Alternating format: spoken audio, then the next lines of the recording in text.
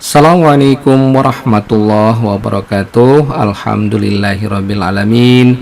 Asyhadu an la ilaha illallah wa asyhadu anna Muhammadar Rasulullah. Raditu billahi rabba wa bil islami dina wa bi Muhammadin nabiyya wa rasula. Rabbi shrah li sadri wa yassir li amri wahlul 'uqdatam min lisani yafqahu qawli.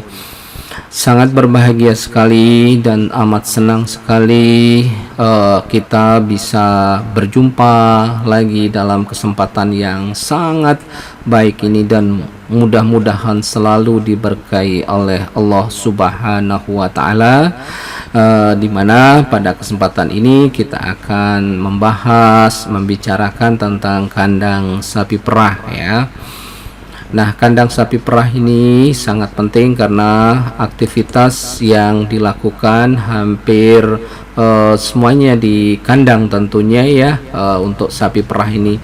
Nah, ini berkaitan dengan persyaratan kandang ya, bagaimana sebaiknya, bagaimana bagusnya, ini harus diperhatikan karena kita tahu bahwa sapi perah ini mempunyai kekhususan karena dia akan menghasilkan produk yang sangat bermanfaat, sangat berharga, yang mempunyai nilai gizi yang sangat baik dan potensi untuk dipasarkan itu adalah luar biasa. Namun ya, produk tersebut mudah terkontaminasi baik dari bakteri ataupun bau di sekitarnya.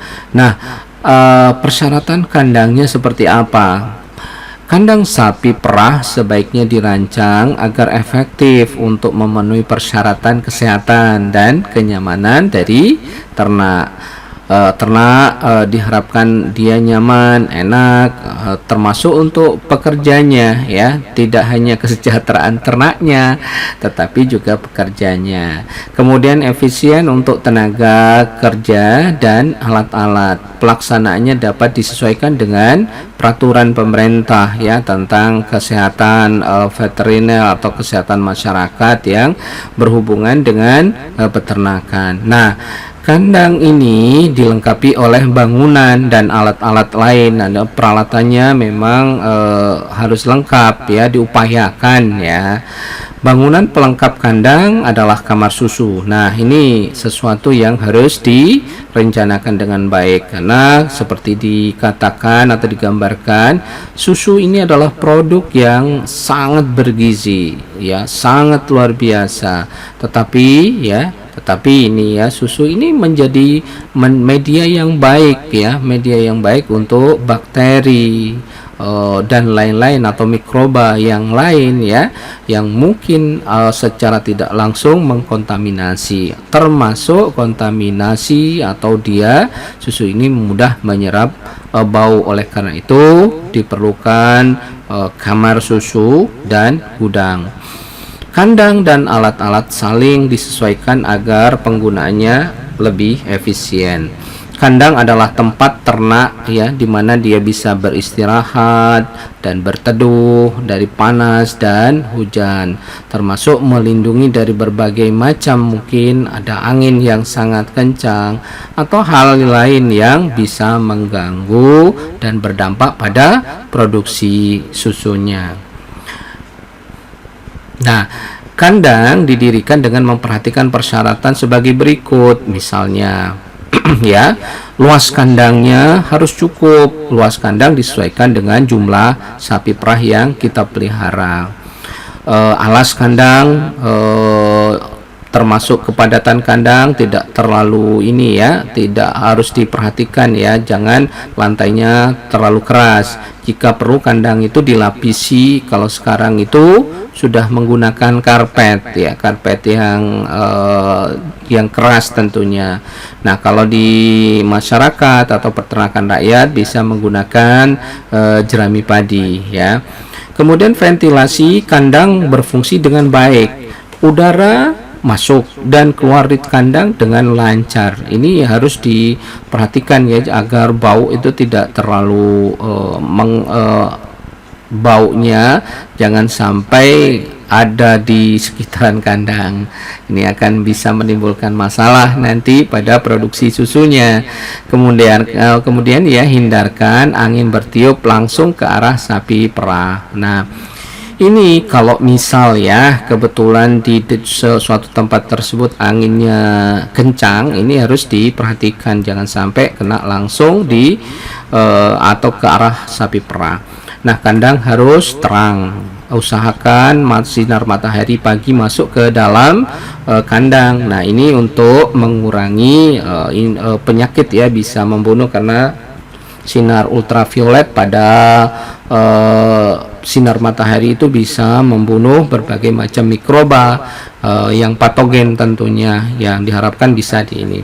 Nah, kandang selalu kering dan bersih ya. Kenapa kandang harus kering dan bersih? Ya tadi kembali ya, kita berharap kandang tersebut bisa meminimalisir jumlah mikroba yang ada yang potensial nanti mengkontaminasi produk susu ya.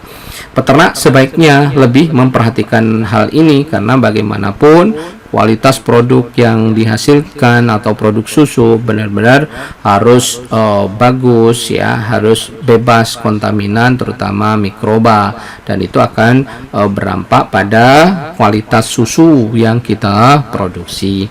Nah, kandang dan sekitarnya tetap tenang ya, tidak boleh berisik misalnya di dekat pasar. Di samping tenang juga aman ya. Hindarkan gangguan yang mungkin timbul di kandang kita.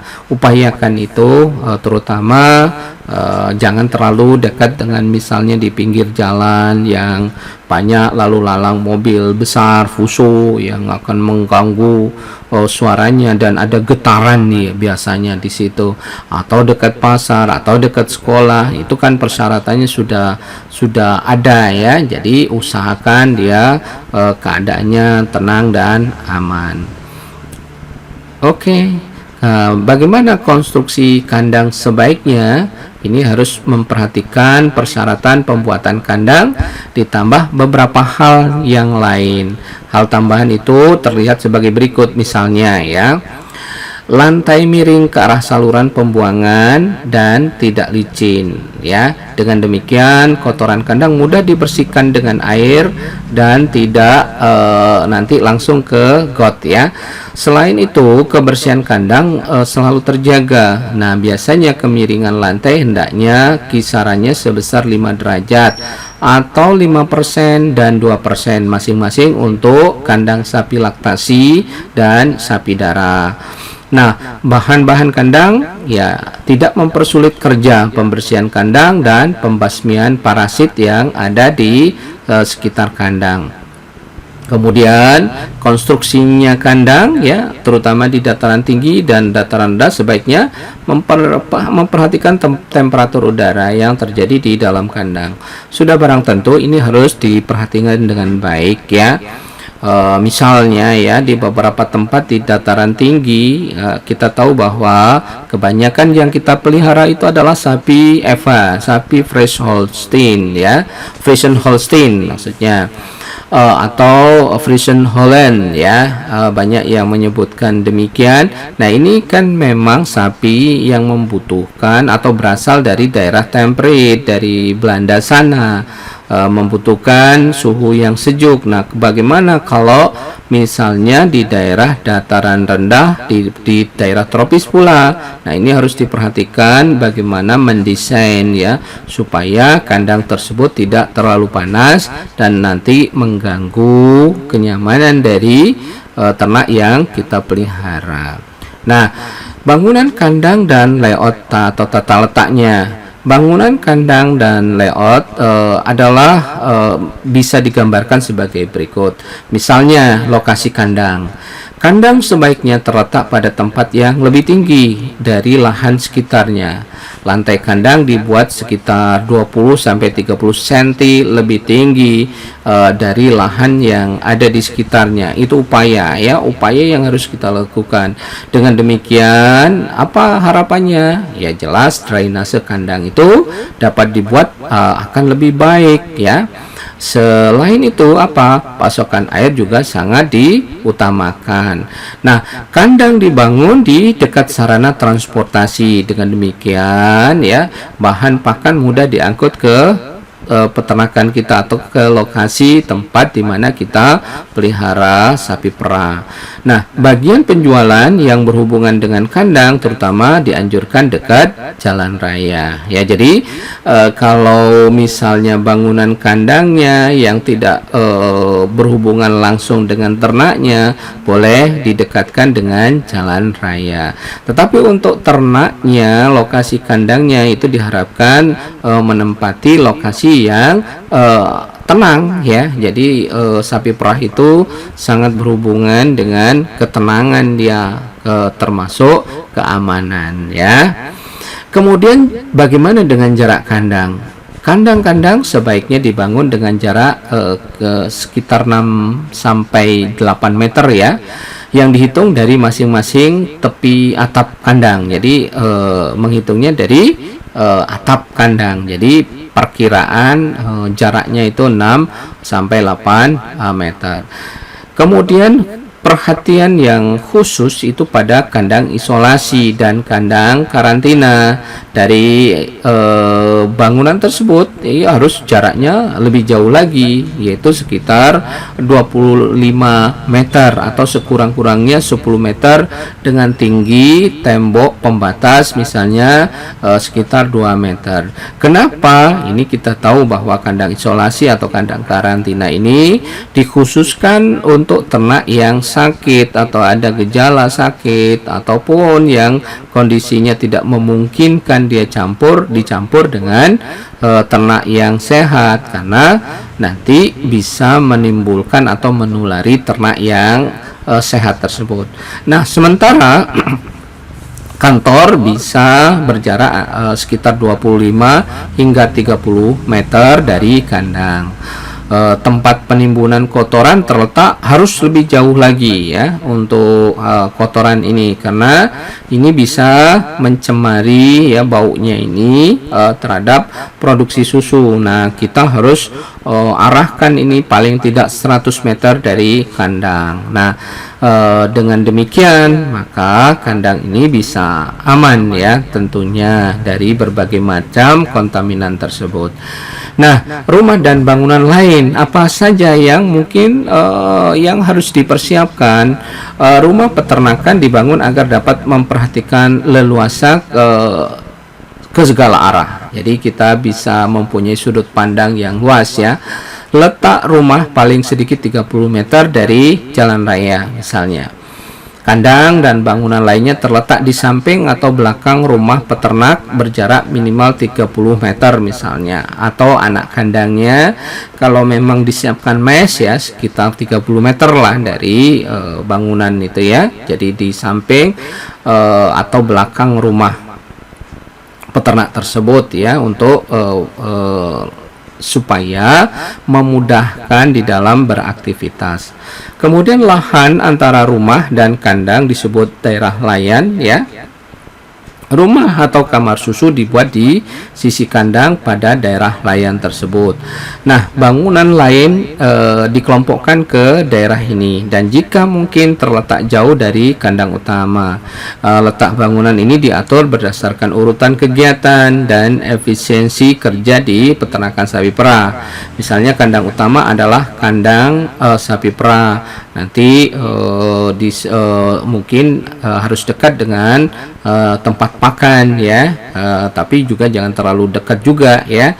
Jadi sesuai dengan jarak yang disarankan tadi ya, tempat makan, tempat hijauan ya. Kalau toh misalnya harus diolah dulu juga agak jauh, jangan terlalu berisik. Mungkin kita menggunakan chopper atau menggunakan alat-alat lain, misalnya mesin giling yang untuk konsentrasnya itu juga harus agak jauh dari tempat di mana kita siapkan untuk kandang utama. Nah, kandang di daerah tropis bagaimana ya? Ini secara umum kita kan berada di daerah tropis. Kandang di daerah tropis tidak perlu dibatasi dengan dinding yang rapat ya. daerah tropik sebaiknya menggunakan kandang terbuka atau tanpa dinding ya, karena kita tahu kalau tertutup semuanya bisa menimbulkan panas, kemudian sirkulasi udara tidak tidak terkontrol ya, tidak bisa berjalan dengan baik, tidak sirkulasi udaranya bisa ini ya. Dengan demikian ventilasi berjalan baik, temperatur tidak panas, dan sinar matahari dapat masuk ke dalam kandang. Yang perlu diperhatikan hanyalah tiupan angin keras ya, yang langsung masuk ke kandang. Ini ada beberapa daerah tertentu yang harus diperhatikan, angin ini, arah angin ini jangan sampai mengganggu ke ternak-ternak yang kita pelihara. Letak kandang perlu diatur atau diberi pelindung angin tentunya ya, bisa juga dengan berbagai macam paranet misalnya, atau berbagai desain tertentu yang bisa mengarahkan angin itu jangan sampai kena langsung ke ternak kita. Kemudian atap sebaiknya dibuat tinggi, jika perlu kandang diberi alat-alat tambahan pengatur udara tentunya. Nah, temperatur di dalam kandang dijaga relatif konstan dengan mengatur ketinggian dinding luar ya, dan tepi atap sebelah bawahnya. Kemudian tinggi dinding luar kandang di dataran rendah kita misalnya kita siapkan 3 meter misalnya. Sedangkan di dataran tinggi yang ini bisa menggunakan 2,1 meter misalnya. Tinggi atap sebelah bawah pada kandang di dataran rendah misalnya 2,2 meter, dan di dataran tinggi misalnya lebih rendah lagi 1,75 meter. Nah, kandang sapi perah di Indonesia belum semuanya mengikuti persyaratan teknis dan ketentuan yang berlaku, terutama di peternakan di pedesaan ya. Memang kandang sapi perah itu butuh investasi yang cukup besar ya, tetapi menjanjikan ya penghasilan yang relatif konstan dan tetap ya, terus kita rutin kita dapatkan. Nah, peternak sebaiknya memperhatikan dan memahami hal yang berhubungan dengan pembuatan atap kandang misalnya, modelnya seperti apa. Nah, perhatian dan pemahaman memungkinkan untuk bisa diterapkan dengan lebih baik tentunya. Ini ya beberapa contoh di tergambar. Nah, peralatan kandang sekarang. Peralatan kandang misalnya yang sederhana yang sering ada di peternak rakyat, misalnya ada skop ya, ada cangkul, sapu lidi, alat menempatkan sapi dan sebagainya. Nah, penggunaan alat-alat ini disesuaikan dengan keadaan kandang dan kerja. Misalnya lebar gotnya harus diatur sedemikian rupa yang sesuai, dan misalnya itu harus skopnya itu bisa masuk ya sesuai dengan lebar skopnya, jangan sampai menyulitkan nanti di dalam proses membersihkan. Kemudian peternak sebaiknya juga membandingkan dengan peternakan yang lain. Perlu mungkin kita berkunjung ke tempat yang modern lebih bagus misalnya. Nah, peralatan modern itu misalnya kalau dia membeli itu biasanya ada penjelasan dari pabriknya. Yang biasa dilakukan itu misalnya mesin perahnya ya. Ini juga harus memperhatikan bagaimana operasi dari mesin perah ini ya. Peralatan membutuhkan juga perawatan dan perhatian khusus tentunya, karena ini tadi harus disterilkan ya, karena ini berhubungan dengan produk susu yang akan kita dapatkan tentunya. Alat-alat yang digunakan sebaiknya tidak mahal ya, namun kita berharapkan walaupun tidak mahal itu kuat ya, bisa bertahan, tidak mudah lapuk ya, mudah dipelihara di dalam proses pemeliharaan. Nah, penggunaan alat dapat menjaga semuanya ujung-ujungnya adalah kebersihan ya, baik untuk sapinya, kandangnya juga ya, dan areal di sekitarnya. Nah, kebersihan kandang sebaiknya dijaga selalu bersih. Pembersihan kandang ini tergantung dari jumlah tenaga kerja yang tersedia dan pekerjaan yang ada. Kebersihan kandang mencerminkan pribadi ternaknya ya. Biasanya kalau orangnya pembersih, biasanya kandang sapinya itu bersih. Kandang sebaiknya pada periode tertentu, misalnya kita lakukan pengapuran. Maksudnya ini adalah untuk mengurangi investasi penyakit ya tentunya, atau yang ada di sekitar kandang tersebut. Nah, bangunan kandang sapi perah, setiap perusahaan sapi perah atau bangunan kandang berbeda, baik bentuk, ukuran maupun jumlahnya. Di antaranya ada kriteria tertentu yang menentukan hal ini. Misalnya ya, jumlah sapi yang dipelihara, kemudian bangsa sapi atau besarnya sapi tersebut, kemudian ternak pengganti atau replacement stock ya, dipelihara, apakah itu dibeli ya, maksudnya dipelihara ini dari anakan sendiri ya. Sebaiknya disarankan dari anakan sendiri, karena biasanya kita punya recording yang lebih tahu kita ya, peternak itu lebih tahu, oh ini silsilahnya seperti apa. Tapi ya harus menerapkan recording yang benar atau pencatatan yang benar ya. Jadi riwayat induknya, kemudian pejantannya kita harus tahu ya, terutama produksinya. Nah, kemudian berikutnya adalah sistem perkawinan yang dilakukan oleh perusahaan atau peternakan tersebut ya. Biasanya secara umum sudah dilakukan dengan inseminasi buatan ya. Nah, kemudian sapi-sapi betina dijual pada umur muda atau dipelihara sampai dewasa. Nah, ini berhubungan kan kalau misalnya beranak ya, apakah mau dijadikan replacement stock atau seperti apa langsung dijual ya, ini juga harus dipertimbangkan. Kemudian besarnya usaha peternakan tersebut. Yang berikutnya adalah pemasaran hasil produksi yang tersedia, apakah perusahaan itu milik sendiri atau milik orang lain, kemudian fasilitas penampungan hasil produksi, termasuk di situ adalah luas tanah yang tersedia. Ini semuanya harus dipertimbangkan. Dengan demikian, kebutuhan khusus bagi bangunan sapi perah akan berbeda sesuai dengan keadaan daerah masing-masing, tetapi secara keseluruhan tipe dan besarnya bangunan itu hampir sama ya.